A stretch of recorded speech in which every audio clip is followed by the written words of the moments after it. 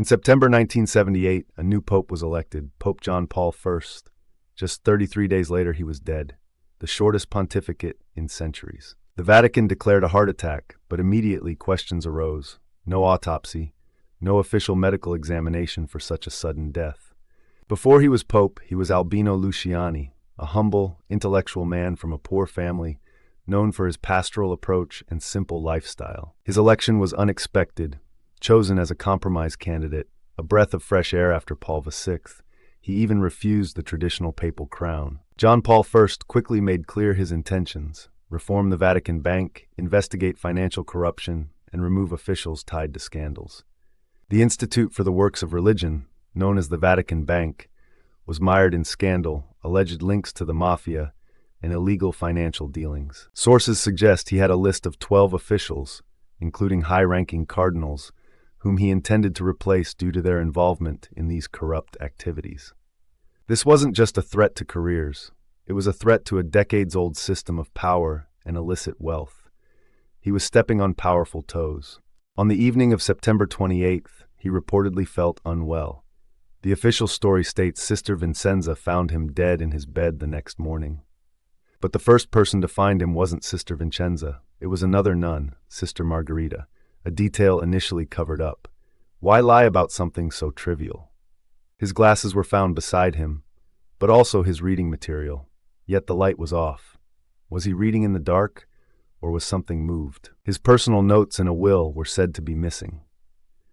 Important documents vanished from his room before anyone else officially entered. Whispers of poison spread like wildfire. A small dose of a heart-stopping drug could easily mimic a natural cardiac arrest, leaving no visible trace. The primary motive circled back to the Vatican Bank.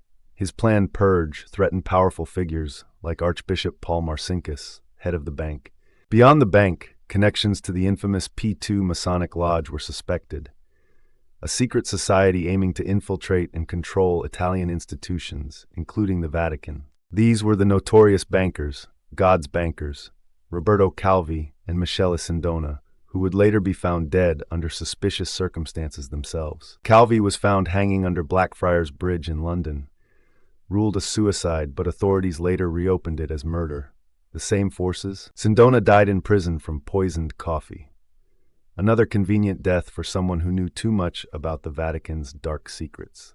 The timing and nature of these deaths, all connected to the same financial scandals John Paul I was investigating, fueled the conspiracy theories. Authors like David Yallop delved deep, exposing inconsistencies and powerful motives, suggesting an elaborate cover-up to protect entrenched interests. Those who feared exposure, those who profited from the illicit dealings, those who valued tradition and power over reform, they all benefited from his sudden demise.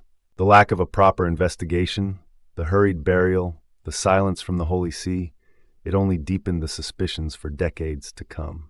Was his death a tragic accident, or a carefully orchestrated elimination by forces within the very heart of the Vatican? A dark secret buried with him. We may never know the full truth behind the smile of Pope John Paul I and his mysterious short-lived papacy, but the questions linger. What do you believe truly happened? Share your theories in the comments. And for more uncovered secrets, subscribe to Dark Theory.